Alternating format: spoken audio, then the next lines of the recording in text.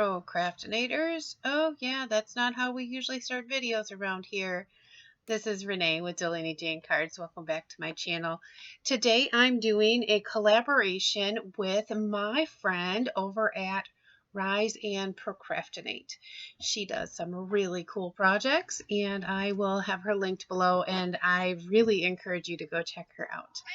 I am creating a mashup card today with Neat and Tangled and Lawn Fawn.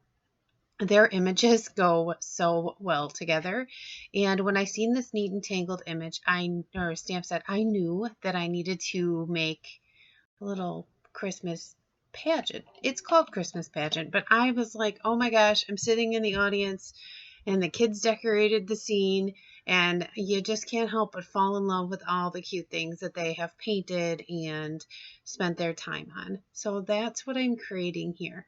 Usually I set up my stamps and kind of get my idea before I turn on my camera, but I thought that it would be kind of fun to just watch me pull the stamps, I guess. Maybe it's not fun to you. Let me know. What do you think? Should I have just started stamping or started coloring, or do you enjoy that process of watching me put the stuff together? Here I'm stamping out my images with my ink on 3 blackout ink on some scrap pieces of Nina 80 pound, and those like scenes, the like town scene, they're from 2 different Lawn Fawn sets and they're drawn the same way. That's one really nice thing about Lawn Fawn, is their images go together really, really well. And these trees here are from some other sets. That one is really old. That one, the tree line is stained so dark. I couldn't clean it off. And I wasn't sure it wasn't going to transfer, so I used the darker of my inks. It's also going to be the very back of my scene, so dark ink was fine. And then the trees here, I thought I'd get kind of fancy and do a little 2 ink blend on there. You know, it is what it is. I thought maybe the kids got some extra paint when they were painting their scene. So this is my Doodlebug paper pad, and you can see it is falling apart. I always just put a rubber band on my paper pads. It gives them enough pressure to hold them together, and I don't have to stick them in a bag or anything. So I colored the skin tones here first. I used my BV as my shadow. It kind of makes a grayed out shadow. I don't know. It's a Sandy Olnock thing that I picked up, and I don't know. I like it, so that's what I do. And then I used my greens here. Whenever you see a child marker, it's like my original markers. I have replaced several of them, but I still have quite a few of them. I have original Copic markers too, and I don't care. They were on sale and I didn't have those colors. Everything blends the same. It's just that different tip. So if you end up getting regular Copic markers, well, go for it. They're usually cheaper and they hold more ink too. They just aren't that nice, like oval shape. So here for my little scene, most of my blends are just 2 color blends, and I really did really simple coloring on them. No like real shading. I would draw like a line of the darker color underneath where the roof would overhang or whatever, because I kind of looked at this like the kids had some paint and painted the scene one night after school as part of their project. Here I pulled in a third for his shirt because she had really nice blends on her, and they're going to be in the front. They're not going to be like background, which is all these other layers here are all background. So they really didn't need to be too fancy. And a lot of it's getting covered up anyway by the boy and the girl.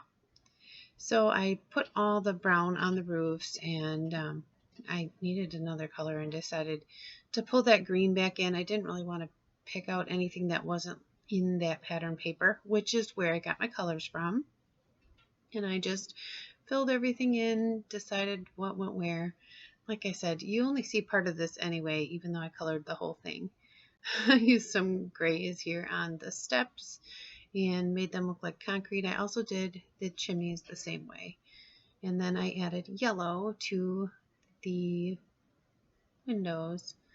Oh, and I used a BG72 and BG70 for the snow. I didn't want to pull in gray because I used that for the steps. So for his pants, I was thinking Mom dressed him in khaki pants and this shirt, and he probably wasn't too pleased about it because, you know, he probably wanted to wear his holy jeans, but he's wearing some fancy khaki pants. And then I thought she probably has some cute pink dress on underneath this tree, and so that's how she got colored pink. For his star here, I wanted to give it as much attention as I gave the tree costume, so I did do a nice blend with that and make sure that I got, you know, as much contrast as you can get with the yellow. And I think it turned out fine. It's definitely a color combination with a wide gap. It's like Y02 all the way to Y38 or 35, or I'll have all the colors listed. And then for his hair, I filled it in with the same tans I used for his pants, and then I just flicked in some extra dark color. And for her, I gave her yellow undertone in her hair and then just kind of flicked on that lighter brown. So here I was just playing with my pieces, laying them out, trying to see how I wanted to do this because I knew I had a lot of stuff there and I had a little space. I make A2 size cards. This little scene, you could probably carry a 5x7 card, no problem with this. The image sizes are perfect for that. But I wanted to use this little square, so I took my little piece of cardstock and I die cut out this cross stitch square. And then this is the first time ever that I'm using this masking magic stuff. Usually I have like post-it tape, but sadly I run out and I purchased this instead. I don't know, sometimes I don't know. So I put the sticky paper up there at the top. I wanted to have a moon. I wanted to do kind of a non-traditional sky. Like I said, when I was doing the coloring, I kind of felt like maybe the kids had a bunch of extra paint from people and they were using that to paint their background scene. I don't know. And then I put the reverse piece of masking paper here, and I thought that, I don't know what I thought here. I dabbed on the distress ink and I thought maybe if I did that it would spread, but it didn't. And that cardstock really isn't meant for that, and that was dumb. You'll see something dumb in like every one of my videos. Just don't do the dumb things. But then I used that Y02 to fill in the moon the rest of the way, and then I guess it kind of looked fine because it had the different colors. I don't know, it looked like craters and stuff. So I laid out my pieces and I'm like, oh my gosh, there's so much stuff, but I wanted it all on there. So I used a piece of washi tape to just tape the layers together so I could move them around kind of as one. And I decided that the main characters needed to be popped up because, I mean, laying it all flat, it was like 7 layers deep at this point. Something needed to be raised up like on a different plane.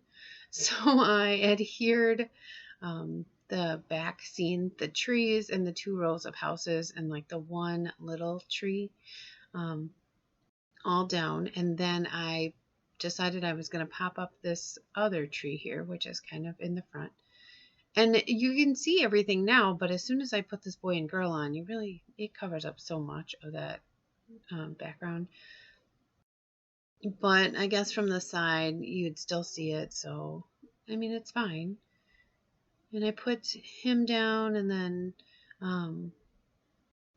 her, and I had put foam tape on her hand, and I decided to take that off because I didn't want another layer deep. So I just layered this all up here.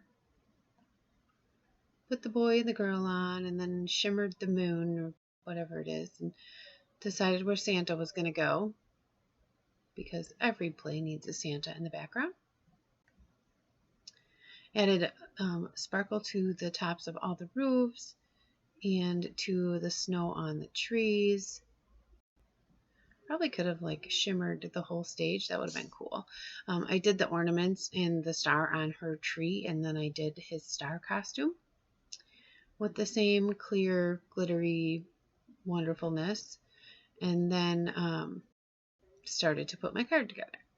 Now this pattern paper from that Doodlebug pad is where I got all of my colors from. So I really wanted to make sure I used it. I could have put this together without pattern paper. It had tons of color. From my scrap bin, I found this light pink cardstock that went fine, and I stamped the "We Wish You A" on a piece of pattern paper, which is the back side of that tree pattern. That's one nice thing about Doodlebug's papers is they're double-sided. Sometimes that can be bad though, because then you have to decide which one you want. So here I put foam tape on my heat embossed sentiment, and this die that I used is exactly the same width as my foam tape, which was kind of cool. And then I added small pieces of foam tape here to my little sentiment.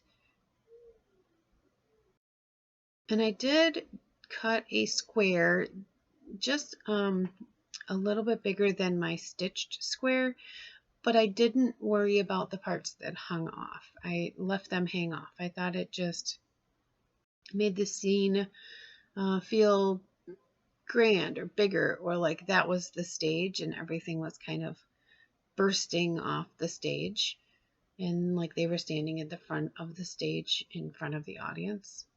My imagination was going on this one. And then I put down my little panels. I had cut the pink into a fishtail banner and then just an angled cut on the other one, and then layered everything onto my black cardstock here. Added some white gel pen details. I did that after I did my glittery pen. I've done it in a video where I showed that you can actually just erase the white gel pen with a glittery pen, with the glittery overlay pen. And then I added a little more sparkle around Santa and his reindeer because that's all magic and it should be magical. So I adhered this to my white card base, which is a top folding A2 size card base, trimmed off what needed to be trimmed off. I never can seem to cut them right. And I added some white gel pen details to the sky like stars. And I did the crafter swipe and wiped everything aside and zoomed in on my card. Here's some still shots. I do encourage you to go over and check out Rise and Procraftinate. She has some really cool projects on her channel, and I would really love to send my viewers over there, and vice versa. Thank you for stopping by, and as always, give cards generously.